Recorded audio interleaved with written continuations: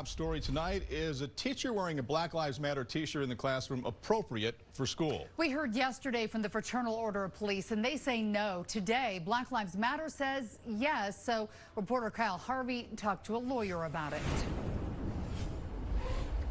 Well, guys, we're in a very public place here at City Hall, and this Black Lives Matter mural is so big I can't even see the whole thing from my vantage point 6 feet above it. But when this phrase goes into a classroom, as it did in a Jordan School District classroom when a teacher wore a Black Lives Matter t-shirt, controversy follows. I can see how many would interpret it, that this is an overtly political organization. However, there is also an interpretation available that it is a social movement, not a political movement. Mark Peterson, spokesperson for the State Superintendent, was one of many people I talked with who said it's complicated.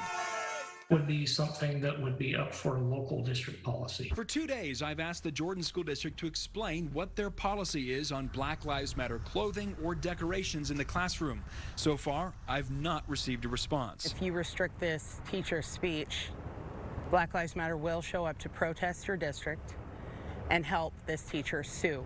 Utah's Black Lives Matter founder Lex Scott says these 3 words aren't political at all. I believe it is political. The Fraternal Order says Black Lives Matter has come to symbolize a lot more than simple opposition to racism. Is that a fair thing for them to say?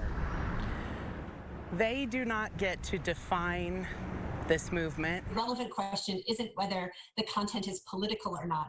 The relevant question is whether the content is disruptive.